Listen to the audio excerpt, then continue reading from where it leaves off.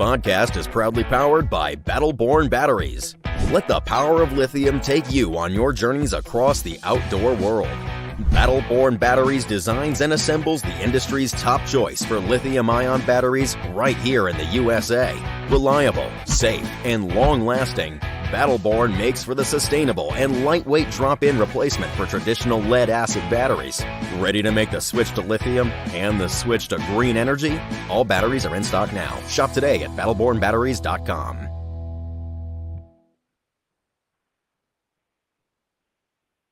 What's up, everybody? Good evening. Welcome to Lines In Live. We are powered by Battle-Born Batteries and presented by Primary Tackle. Got David the Best in the house. What's up, David? Hey, good evening. Mr. Good Hobie BOS champion.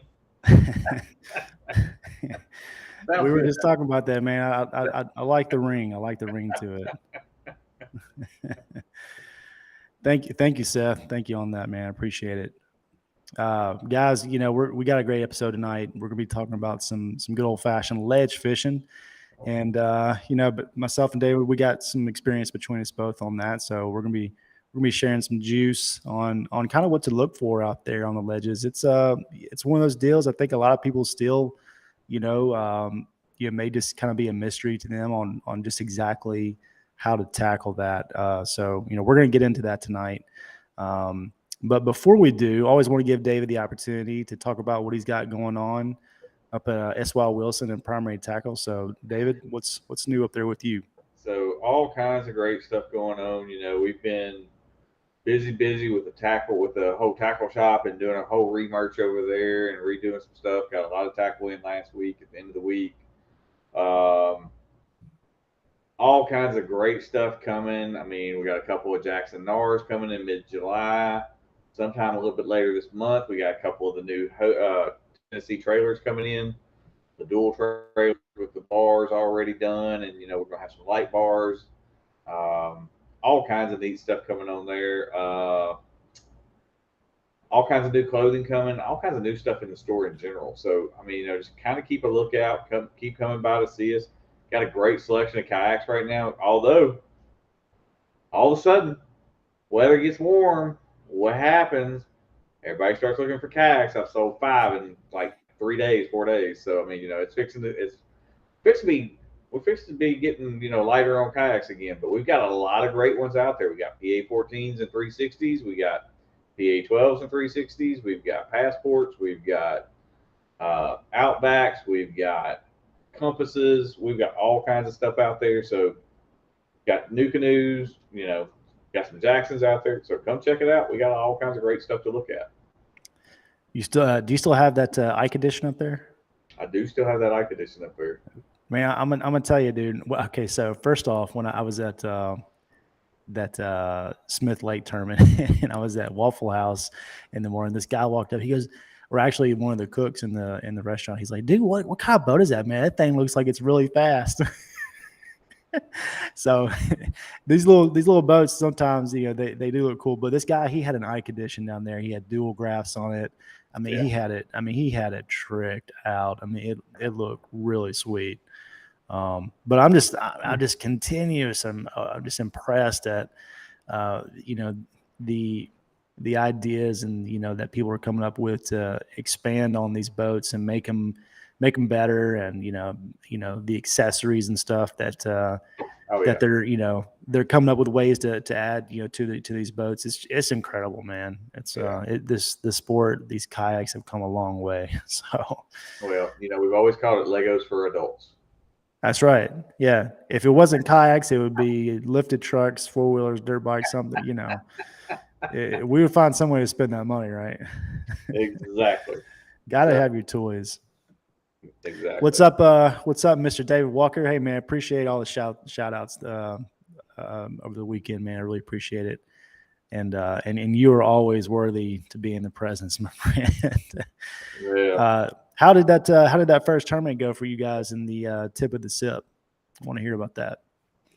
But yeah, man, sounds like a lot of stuff going on up at the store. Really glad to hear that. Great inventory. So I fully expect you guys to probably be sold out in the next month or so. It's kind of just getting that time. We kind of had a little bit of a late spring and whatnot. I wouldn't say that people were waiting for the for the blistering hot, but it's air conditioning and water from here on out. That's the two things that people want to be around. So, looking forward for you guys to sell some stuff. If you're interested in if you're looking to power your kayak or your boat, greatly encourage you to check out Battle Born Batteries. They got an awesome selection: 100 amp hour, 50 amp hour, as well as a 75 amp hour, and then the 50 amp hour and the 24 volt. So a lot of options for all your rigging needs, whether you're looking to power your electronics, your motors, whatever you need, they got you covered. So be sure to go and check them out. And I want to send a shout out to Noah Stevens. I know he's maybe it's Noah, a friend of ours from the club. He's been repping his 50 amp hour 24 volt on his Newport. So greatly appreciate the support, man. Clint, that's right. Yeah, Clinton Cooper. Yep. So, hey, Steve Baker, thanks, man. So, David, man, I know you. Anything else we want to talk about before we dive into the main topic of discussion tonight? I think you're hinting at me about something, but I'm missing it. I'm not. We talked about the St. Jude tournament on the last podcast. That was a huge success, and we're excited about next year and what we're going to be able to do with that. And I talked to Steve Owens a little bit this past weekend, and he offered to throw it up on his socials and stuff like that and help us get the word out for next year. So. Good. Shout out to Steve, man. Appreciate you. Yeah, me and you were supposed to go to Louisiana this month, but it's just our schedules weren't working out. So I gave my booth to Steve Cook, and they're going to be doing a St. Jude booth down there in Louisiana for the Bass Classic, but also they're going to be talking about the kayaks as well. So that'll be good because that'll probably help a little bit as well. So. Yep. But no, I enjoyed doing that. I've got some other ideas. Me and you got to sit down and talk. I saw a neat idea a while ago that I want to talk to you about. Somebody else is doing. So, what is it? The most sincere form of flattery is copying or something to that effect. I don't remember how that exactly goes. But I saw a neat idea. Yeah. Hey, there's nothing wrong with copying somebody else's idea. There's only so many ideas out there in the world, Yeah. So and we are going to do. I like that idea, David. That's actually kind of along the lines of what I was thinking about. We'll talk about it. So I am going to be doing and it's something I should have mentioned at the first of the show, but for the first 36 kids that walk into the store Saturday under the age of 18, we are going to this Saturday, because June 11th is TWRA or Tennessee's free fishing day. So we're going to be giving away a tackle box to the first 18 or first 36 kids that come in Saturday. So under the age of 18. Awesome. So if you got some kids, man, bring them by the shop and get you a free tackle box. I'm sure there's gonna be some good stuff in there. There's gonna be a lot of pan fishing stuff, but there might be a few bass baits in there as well, and we're gonna do a few little things. So got some stuff in mind. We're building those out tomorrow. So anybody wants to come and help and talk about how to tie knots and that kind of stuff, we'd love to have some assistance if anybody's got some time. Although I know all the WTBY guys are going to be at Gibson. I know. I really wanted to go to that. That was one that I really wanted to make this year, but I'm gonna take a couple weeks off and spend some time with the family. So gotta do that, man. But what's up, Daniel Davis?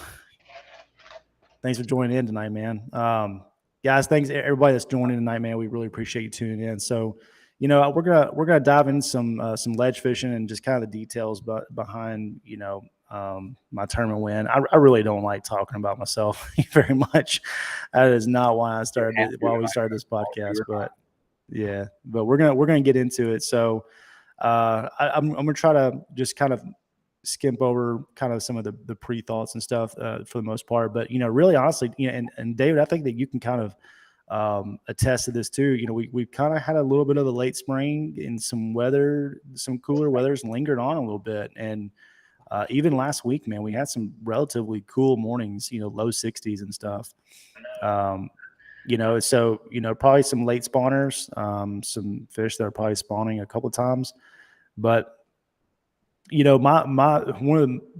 of my big decisions going into this tournament, and how it is, David. I mean, it's just the amount of pressure that these Tennessee River lakes get. It's unbelievable. I mean, I've been on Chick, I've been on Pickwick, 1st of June, Kentucky Lake, 1st of June, and it's unreal. And then, being in a kayak, it's relatively difficult to kind of put together some kind of milk run per se, and hit multiple spots. You just kind of have to luck up on that. So, I was, just kind of torn whether or not I even wanted to fool with that. But, it is the Tennessee River. It's Chick. They got giants out there. And so it's worth looking at. You got to look at it, in my opinion. So, got in on Wednesday, started out the dam and just, started scanning ledges, looking for more of like a little bit more discreet stuff. I do, it's a lot of the hunting holes and the community holes are pretty obvious. All those bars that are out there in the middle of the river, man, those fish just flock to those things. But because they ultimately provide a lot of good current breaks and stuff. So I was looking at some obvious stuff, but really just kind of spending a lot of time looking at more off the beaten path type stuff. Secondary channels, secondary creeks, stuff like that. And just, wasn't really finding a lot. I did see some fish out there on the main river ledges, closer to the dam and stuff. But everything that I threw down there, they weren't touching it. I mean, I had all the traditional stuff tied on, the big worm, the big jig, swim bait, crankbait, all that stuff. But, I don't know if it was just the weather, the barometric pressure or what. I mean, they were pulling some current, but they just weren't touching it. Yeah. But moving, kind of advancing on a little bit, got into Friday, and when you're coming into Friday and you don't really have a whole lot, I did catch a big one on Thursday, flipping docks with a 3/4 ounce jig. And that gave me a little bit of confidence that, if I needed to, I can go and do that. But I like fishing docks, but, in a kayak, it can be challenging, being able to fish it real effectively and stuff. So it wasn't the one thing that I was looking forward to doing, but I would do it if I need to. But, found a good area on Friday, man. Last hour and a half, motored out to a spot. It had all the ingredients. It had, really good looking grass, river ledge right there, some rocks, some brush piles. Fish were holding on all that stuff. I mean, first cast in there, hooked at 16, second cast, hooked at 19, and then hooked like a 20 plus, on the third cast. And I was, that was I probably shouldn't even made that cast, but, I had to double check, to make sure it was the right stuff. But David, what's your thoughts on that, man? How many fish are you going to pull out of a spot before you give it the green light? Try not. I try not to pull more than one or two. I mean, you know me. I love to throw my Texas rig stuff. I like to just feel the bites and just let a fish swim with it. Try to pull it out of its mouth. Try not to catch very many fish in practice. That's why at Broken Bow I was a little kind of upset with myself because I mean I caught 45 fish in practice, but I literally did not catch more than one fish anywhere. I mean I was pedaling 4 miles an hour, covered 12 miles on practice day, just trying to look and see as much as I could see, and just was catching a fish without even trying. And I mean, I try not to throw treble hook baits. I try to throw things that I can kind of pull away from a fish, and but it's one of those things I try not to catch very many. I mean, I really hate to catch fish in practice. It's one of those things. It probably hurts me in some ways because I'm not as proficient with my hook sets and stuff when I should be maybe. But I try not because what's the worst thing you do is hook fish in practice. Yeah, I mean, So yeah, that's one fish that you may not catch during the tournament, or you're not going to catch during the tournament. I mean, one of my funniest. Here's a nice funny story. We're practicing for a Kentucky Lake team tournament, and I tell my buddy Mike, I said, we're going out here to the sledge. Do not set the hook on a fish. He starts yanking on, don't he? And I mean, we don't get 20 feet down the ledge, and he goes, David, there's one. I was like, do not set the hook. No, I got to. Yeah. 4.5 pounder comes jumping up out of the water, 5 pounder. I'm like, hey, Mike, there's a boat right there. I start just cussing at him in the middle of the day. So we pull up to our little spot the next morning, and we fish down through, catch a limit in the first little bit. All of them are, 16 to 17-inch fish, no big fish. We get to the very end, and there's a guy that has been fishing there the day before that we'd seen. He looks at me. He goes, didn't catch that 4 pounder again today, did you? I was like, no, damn it. Yeah. Unfortunately not. Somebody set the hook on that dang thing. Mike's back there just sheepishly grinning, just giggling to himself, and I'm like, I just want to come back here and beat your rear end. Well, here's my thing with it. Like, I mean, I'm probably more concerned about people seeing me catch the fish, especially on a ledge or something like that, than I am actually catching the fish and not catching it again. Because if you're around the right stuff, I mean, at least if you pull one up, it gives you the confidence, and especially if you see it's the right quality, that's important because you can pull up to a ledge very easily and you can see 50 and 100 fish down there, and they're all like 13, 14, 15-inch fish, so that's the big difference is, it's one thing to sit there and just, wail on them. But, to kind of get a good gauge of the quality, I think that's important. But, you kind of have to do it discreetly. Yeah. But you can also, I mean, look, the honest to God truth, my personal opinion, I can tell you the difference between a big fish and a little fish. By the way, they bite. Sometimes, yeah, sometimes. You can. I mean, sometimes. Big fish, when he hits it, it's a hard thud most of the time, and you can judge the weight as they're moving. I mean, you don't set the hook. You just let it go with it, and you can. I can tell you what a 3 pounder feels like. I can tell you what a 5 pounder feels like. I think it depends on the bait too. If you're fishing like a 1/2 ounce Texas rig, I mean they're also picking up that weight, so that's a lot of jolt in the line.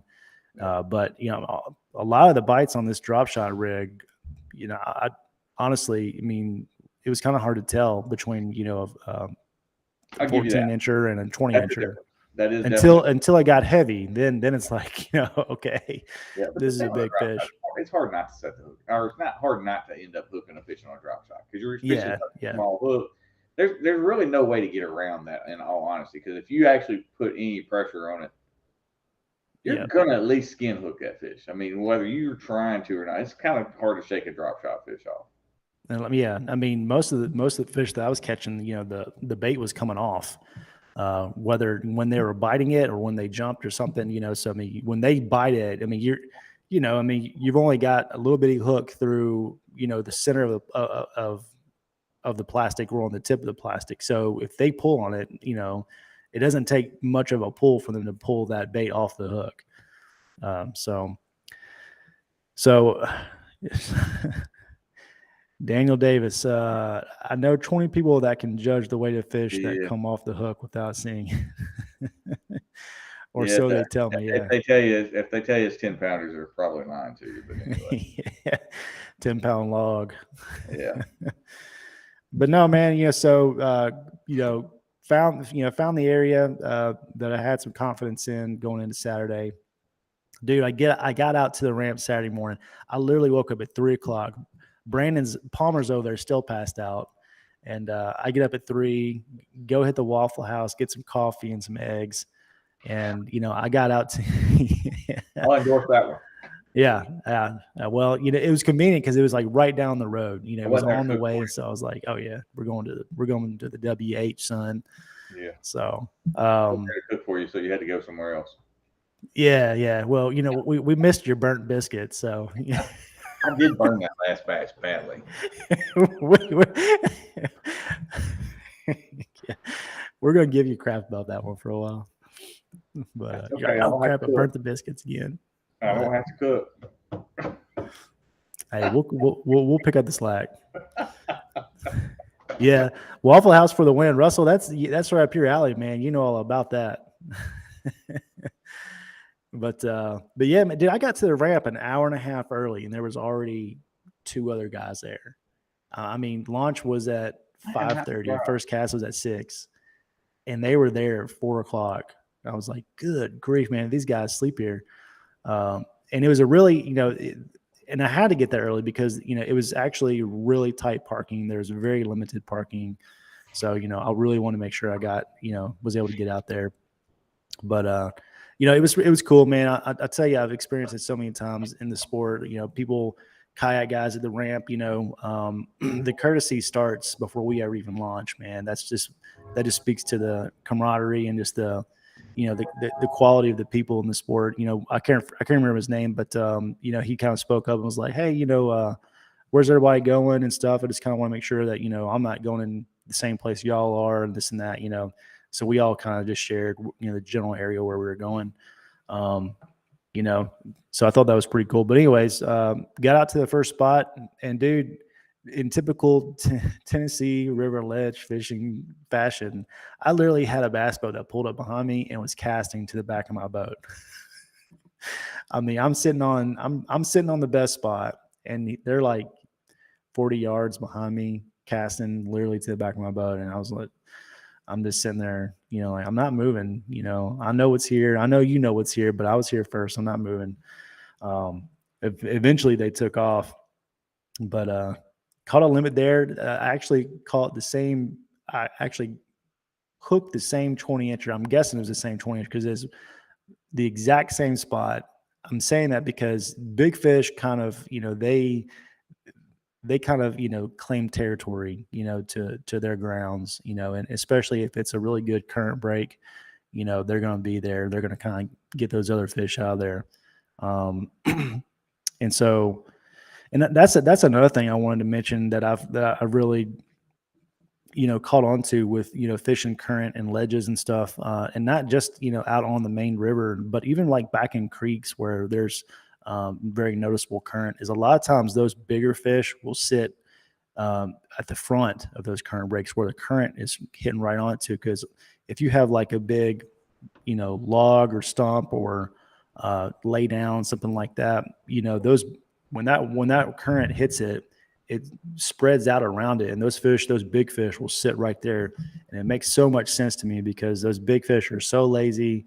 They don't want to move for anything, if they don't have to. So, if they're on the backside of the current break, then they got to contend with, other fish traffic.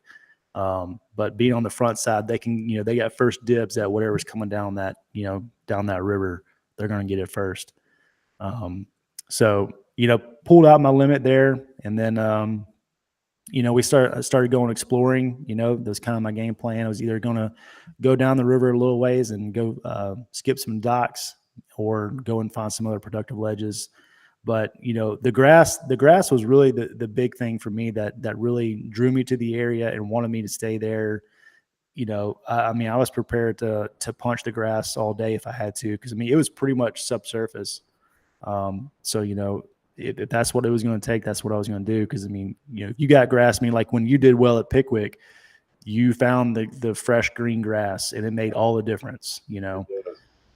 So, I mean, you know, even on Pickwick, you know, you've got areas where the grass will kind of die off, you know, or if the TVA sprays it and stuff. But man, if you can get out there and locate that green grass, that's a big deal. It always is. It always is. I mean, that's like literally in that big flat that I was fishing at Pickwick. I mean, there was literally one piece of green grass or one clump that maybe was 25 by 25, and I probably caught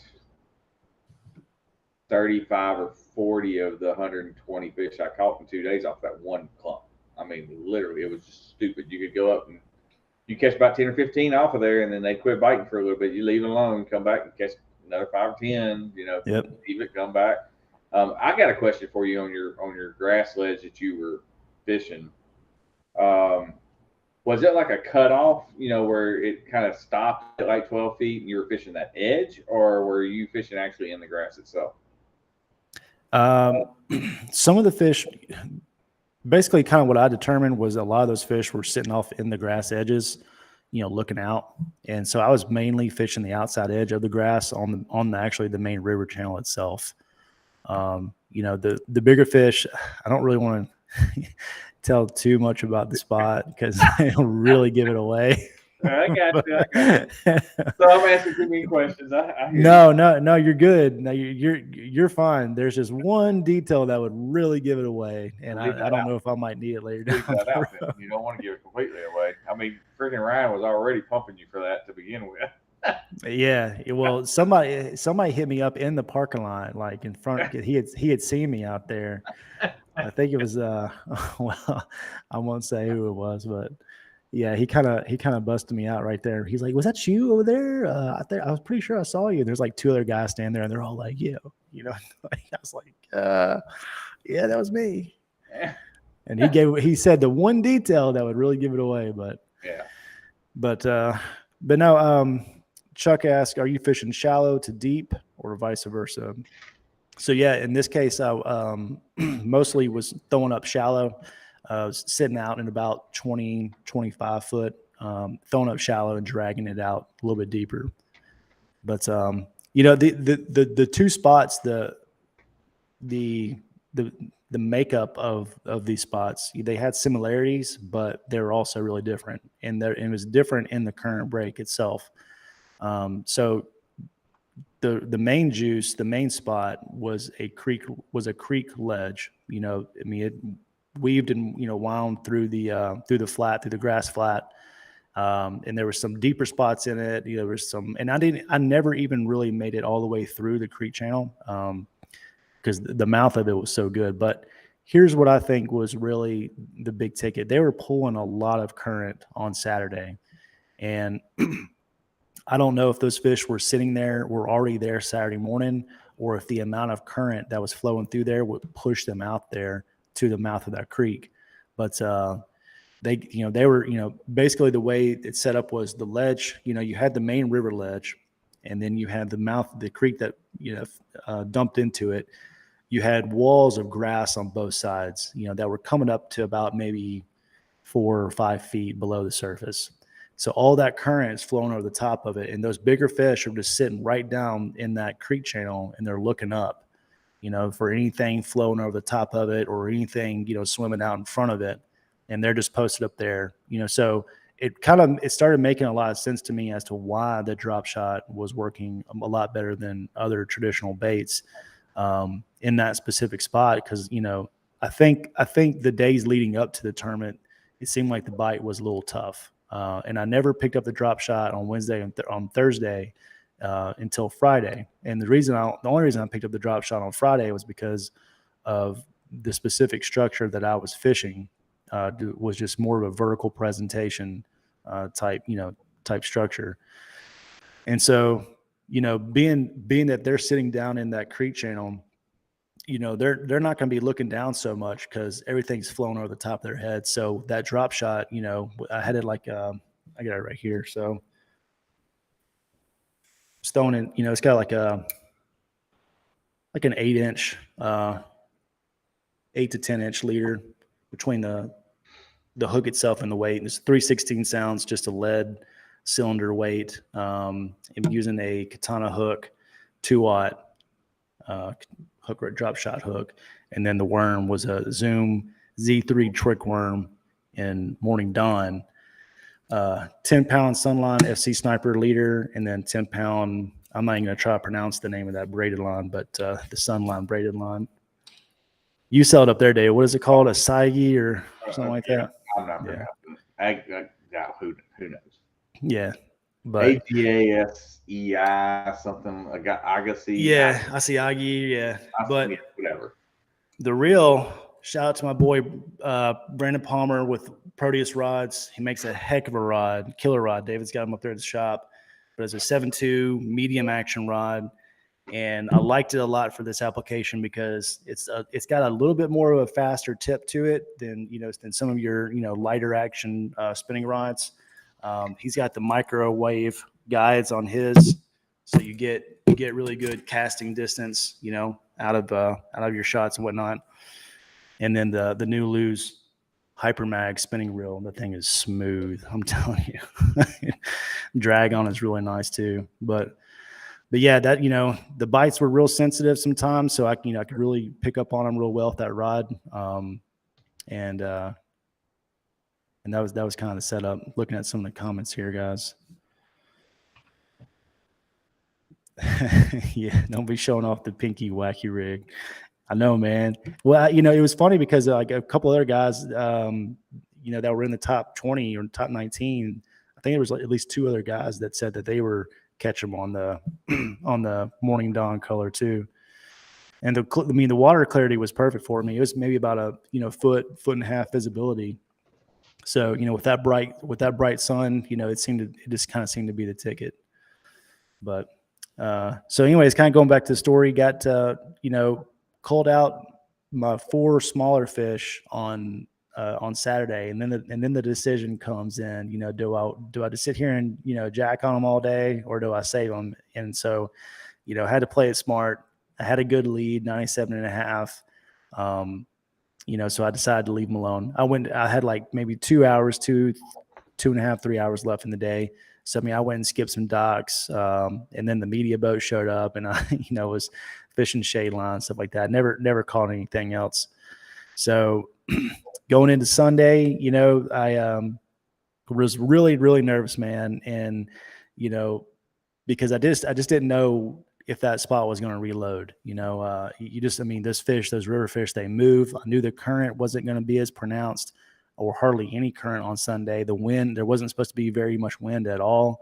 So, when that current dies, the wind dies, those fish, they either get tucked up in that grass or they start dispersing and, traveling elsewhere. So I was really, I had no confidence that those fish were still going to be there. But shout out, I got to get to my boy Palmer, man. He had way more confidence, and it was almost scary how much confidence he had. I remember we were sitting there watching the basketball game or something, and he's like, "Dude, you're going to whack. You're going to catch them tomorrow. It's going to reload."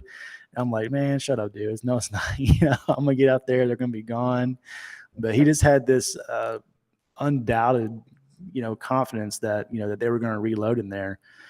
But after the fact, I think, kind of going back to how much current was on Saturday, they got hunkered down in there. And I just think that, it was almost like a hotel from there. I'm going to spend the night here.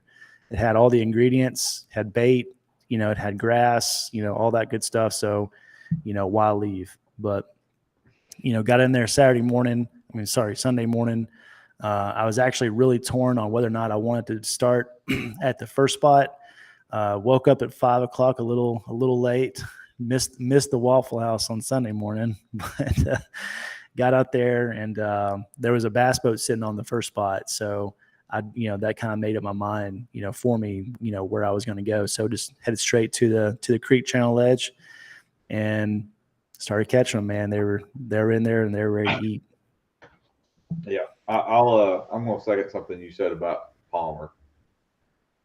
The boy might be the most optimistic character I've ever met in my lifetime. And there's a lot to be said for that optimism. It's one of those great traits that a lot of people have. He's kind of talked me through a few things over the last year or so since we met him, and he's such a good character, and I'm not surprised that he was sitting in the hotel room telling you were going to kill it, you're going to kill it, you're going to kill it. And it sounds just like him. So it was eerie, man. Because here's the thing: a guy texted me last Saturday night, and Chris Walters. We talked to him here on the interview on the show. yeah, And he said, dude, I had this premonition, man, that you were going to do good in this tournament. He might be listening right now. So, man, if you hear this, you played a critical role in my confidence, coupled with the eeriness that was coming out of Palmer's mouth. But he said, man, I had this just premonition that you were going to do good in this tournament. I knew you're a Tennessee River guy. And so I put you on my fantasy fishing team for this event. Yeah. I didn't know I didn't know there's fantasy fishing teams for kayak fishing. how did you not know that? Dude, I don't know. I guess I'm more worried about where I'm going to fish and all that kind of stuff. But is that what is that on? Is that KBN's deal or what? Yeah. It's not a KBN. It's Austin. It's Fantasizer is the app that they use, but the paddle and fin group, I think they're the ones that actually run it. Okay. So there's it's every week. I mean, you go in, you put in your little roster, and you can do a champion. You know who's going to win the most money. It's based on who wins the most money. So like if it's a KBF event, you want that guy that's going to be in like 3 events because it's all about the number of dollars that go in their paychecks. Right. You know, and it's just like football fantasy fishing, in that there's pay grades for all of these people. It's complicated as crap. Well, I know they do it like the elites and stuff like that. Yeah, Chuck Smith said Drew Gregory was doing it one time, and I do remember that now. But but it was neat. I tried to do it for a little bit when it first came out, and it didn't take me long. I was done with it. Way too complicated. I'll stick to sports betting on MGM Grand. So I just don't have time for all that, man. Between work and when I get ready for tournaments, that's all I'm thinking about. All I do is work. So just Palmer says I cut you off my roster last month. I don't blame you, dude. I don't blame you. I don't blame you a bit.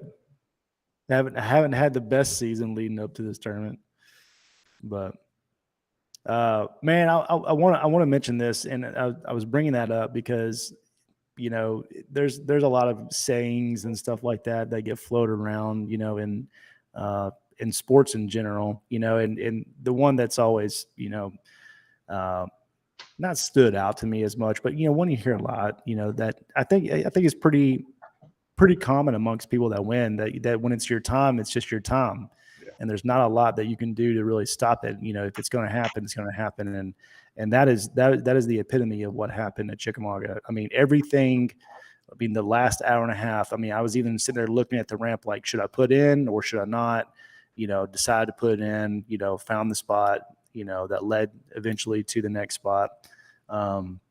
Waking up a little bit late, that made my decision up for where I was going to go, because if I would have started on the first spot, I probably would have wasted too much time there. Someone else may have went and got on the better spot, or by the time I made it there, the fish, probably weren't going to be biting, because when they quit biting, they quit biting. And I caught that 20 plus inch upgrade when Steve Fields showed up with the camera boat, and that was actually that was kind of cool. The way that happened was because I would still kind of get a little bit of tick here and there on the drop shot, and I've done this enough. I know, like, when they're just kind of nipping at it or something like that, like there's something wrong. It's either the color or the presentation itself. So I decided to start with the presentation, and I was actually was like on my last trick worm in the other morning dawn color. So I tied up a shaky head, 3/16 ounce shaky head, robo worm, threw in there. First cast called like a 14 incher, and second cast after that, I hooked that 20 plus.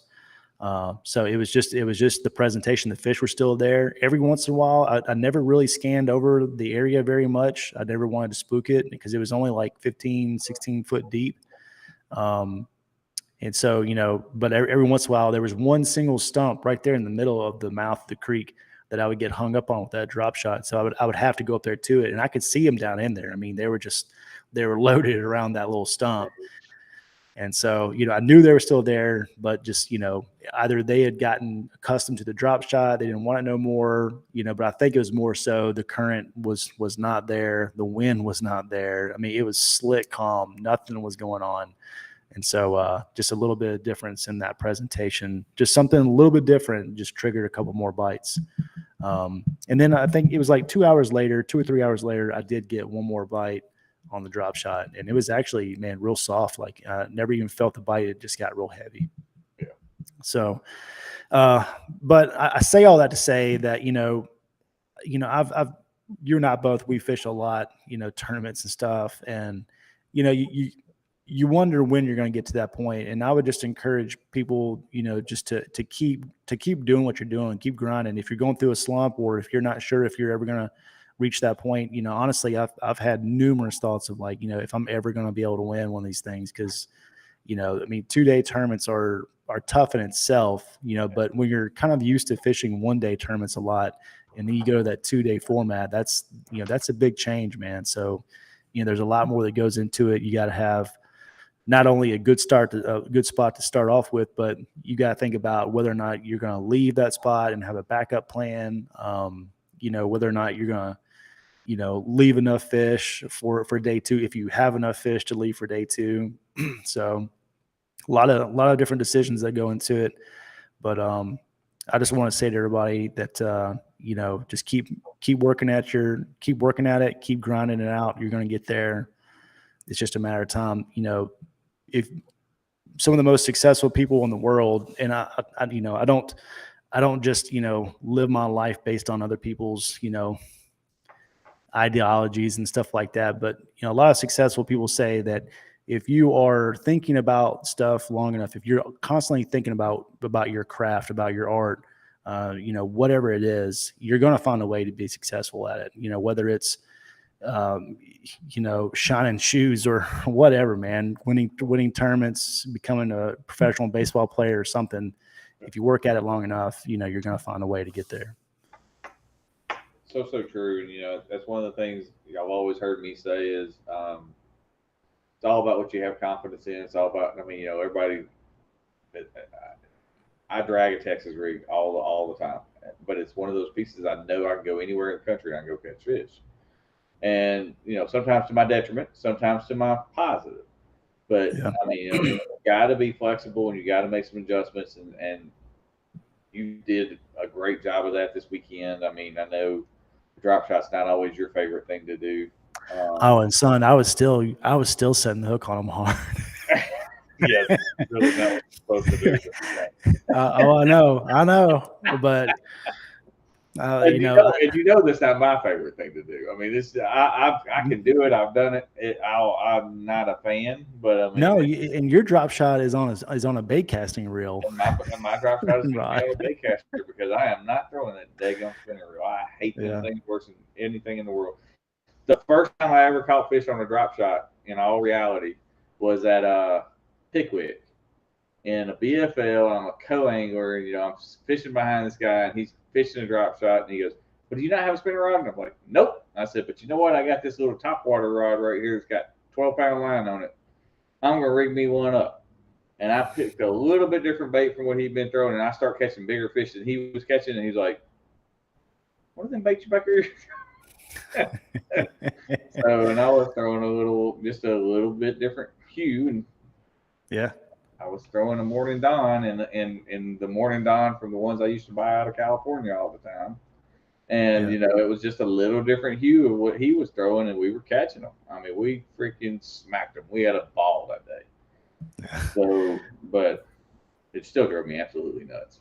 I wanted to throw my big jig, and it just wasn't working. Chuck Smith, yeah, man. I'm a firm believer in that FG knot right now. I used to tie the uni knot, and I would break quite a bit. But I started tying this FG knot too long ago, and that is a powerful knot. Even when I had to break off because I was hung up on stumps or something, I was breaking the braid like way up the line before I ever. I actually never broke it at the knot. And I mean, at a couple of the times, I just had to yank on it just to break it because it wasn't coming off. So that's some strong stuff, man. I was actually really surprised, really surprised in the strength of that 10-pound braided line too. I mean, I think I told you, or when I was wanting to get some braid line, I was actually looking for like 12. But you had 10. I was like, man, well that'll actually probably work out better because that gives that's a little bit more versatile. I can throw the Ned rigs and stuff like that, a little bit further, than on 12 or 15. Get a little bit more casting distance. But yeah, I mean that stuff is strong, man. I like it. But so I wanted to talk a little bit about looking for fish on ledges. I'm not by means, because I won on this tournament, I'm by no means a pro. There's still a lot that I'm learning about it. But one thing that I have noticed, because I've spent a lot. One of my favorite things to do during the winter is getting out on the ledges and stuff when there's no pressure. There's hardly any boats out there. And, those fish, they a lot of times use those ledges, during the winter time too. They're the summer holes and they're also winter holes, So what I have found, and, David, you can share your thoughts on this too, but sometimes you find the big schools, sometimes you do, but sometimes you don't.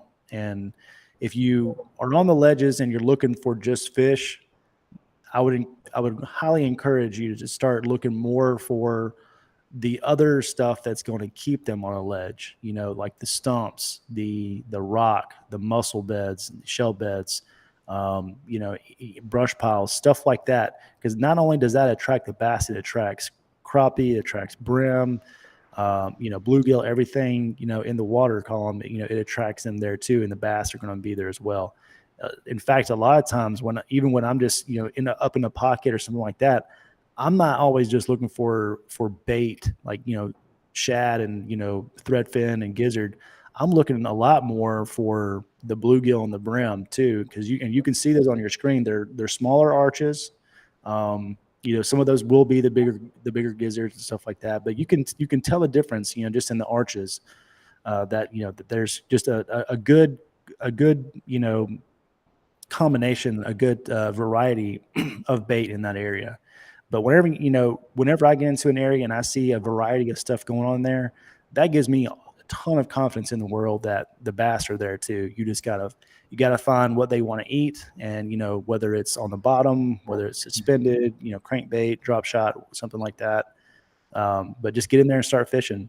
But on the ledges, particularly, I look a lot more for the cover and stuff like that on the structure, because those when it happens every time, and this, David, like during the weekends, the current shuts off, and those really obvious current breaks, current break ledges, they'll kind of disperse. But if it's got all the stuff in there like grass, stumps, rock, that will keep them in that area a lot longer, especially after that current shuts off. Yeah, and that holds true across the board, even if you're doing shallow water or deep water stuff. Talking about brim, one of the biggest things I do when I'm fishing grass, I'll power down a grass line as fast as I can go. But the quickest thing in the world that will shut me down is hearing them brim sucking at the top of that grass. I'll stop a boat and I will fish the crap out of that area, because I know one thing for dang sure: you hear brim in an area, there's going to be bass in an area. Yeah. Same thing. When you see brim, I'll tell you another one that a lot of people don't think about is those dang little white bass. Yeah. When you start seeing a lot of small white bass in an area, they're going to be bass in the area, because they love to eat them things. Whether people know it or not, they will eat the crap out of them. There's a few little tricks there that some folks don't really know about, that don't pay much attention to it. but you'll catch.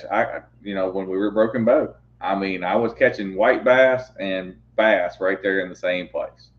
And Mm-hmm. I'd have to just I've got to get a bait down below the white bass long enough for a bass to eat it, but Yeah. they're there. I mean, but they're underneath the white bass eating the white bass at the same time they're eating shad or whatever else the white bass are eating. So Yeah. That's when you pull out that spoon, let it drop through them. yeah, it's one of those things.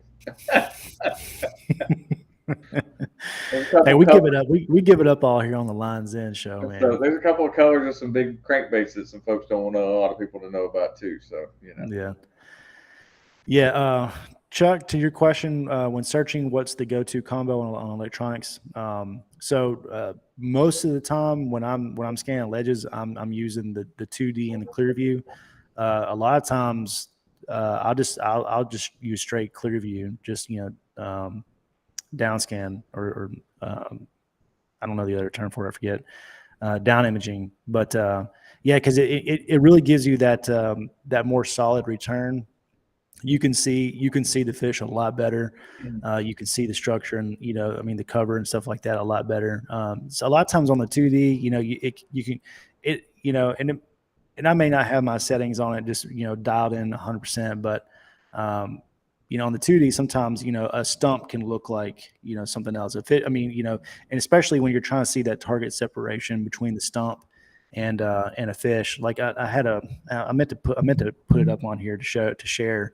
But that clear view, when you got it dialed in right, man, you can really see the separation between stumps.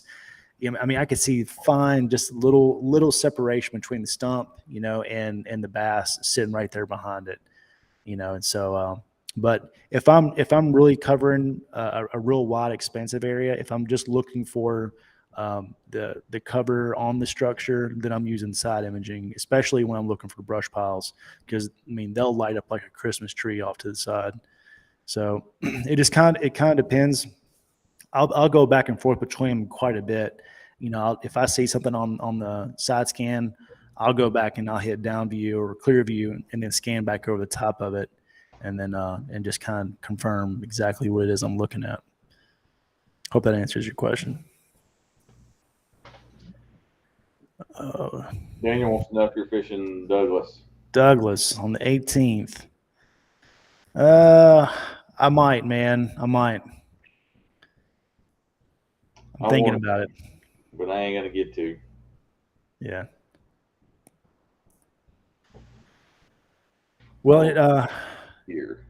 Anybody else got any questions or anything like that? Because here in about 7 minutes, we gotta.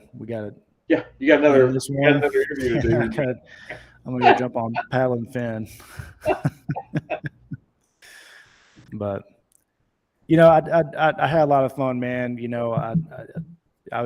I just been blown away. I've said it on Facebook and stuff, but truly, I've just been absolutely blown away. I truly appreciate all you guys sending me encouragement and stuff on Saturday, and then congratulating me on Sunday. Today I think I actually on the ride home from work, it just kind of registered, like, because I let out a big grin, like, holy crap, I just won that thing, But it was fun, man. It was fun. It don't always happen like that when you come across a big area like that. So, the good Lord just blessed me this weekend. Greatly appreciate it, and I'm just tickled to death to have this community, man. I enjoy all of you guys. Enjoy sitting on here with you, David, talking, and us traveling together, man. I really do get a lot of pleasure out of it. I hate that I didn't get to be there for this one. This one was a little. I would have loved to have been there to seen this. And to been there for it. It would have been nice. I would have probably stayed for that way. Hey, dude, what's sad or not sad, but you could have signed up because there was only 196 in this tournament. Yeah, but surprisingly, it was last minute, and it was. I had some stuff that I had to do here. I was selling. I had an appointment to sell 2 Outbacks on Friday, and I had an appointment to sell some stuff on Saturday, and and I had some. That's and like the next 3 weeks. To talk to things going on in the store the next 2 weeks, I got stuff going on. I was going to go to Douglas but we're sponsoring the Music on the Square thing here on the 18th at night, so I'm going to be here for that. We're opening the farmers market, so I didn't mention that on the front part of the show. From 12 to 4 on Saturdays, we're going to have a farmers market here on the side lot. So it's going to be kind of a neat deal because we're going to have Chuck did not. I'm sure he did not miss my snoring.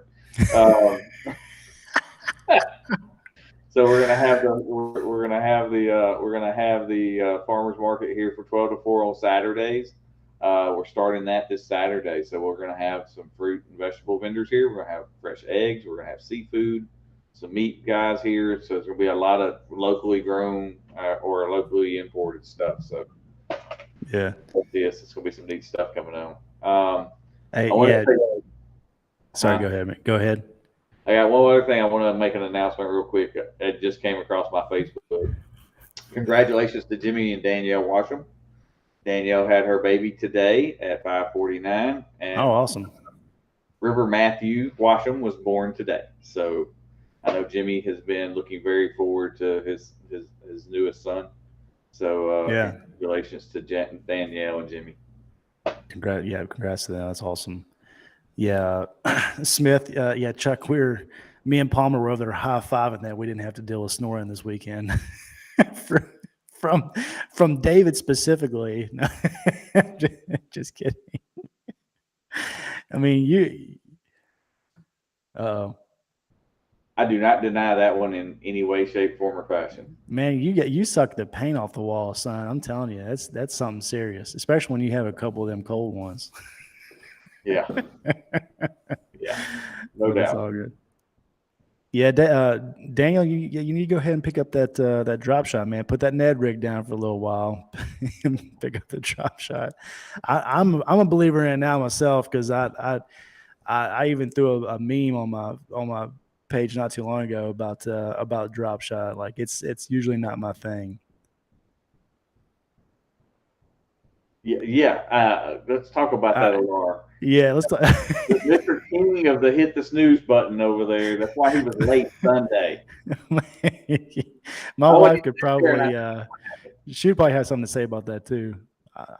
Dude, I'm telling you, man, that kayak, that pedaling, being out in the sun, it just wears me out. Like I mean, Brandon Palmer was, we're trying to have a conversation. He was asking me all these questions and stuff, and I was checked out, bro. I mean, I was out of it. So, I mean, you know how it is, man. You get 2, 3, 4 hours of sleep at best most times, in tournament weekends, because it's just, especially if you like to be as organized as I do. Because I mean, I'm OCD about it.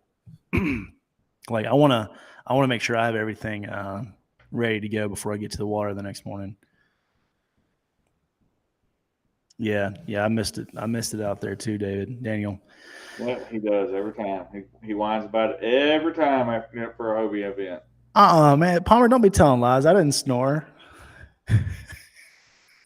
Maybe that's why you're giving me that look. Man, that was all right. All right, guys. Well, we're probably gonna wrap this up, man. Appreciate all the comments, guys. Thank you all for tuning in tonight. We'll be back next Tuesday, and we'll have something to talk about, I'm sure.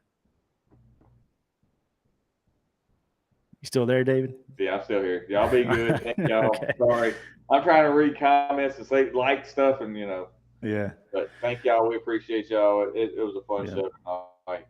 It's really cool to see, Hobie BOS champion, Mr. Justin Patrick, in the house tonight. Man, I like this hardware they're handing out. That's cool. Yeah, that's pretty cool. Yeah. All right, guys. Y'all take care, and we will. Good luck to everybody fishing Gibson County this weekend, man. I hope you guys catch some big ones.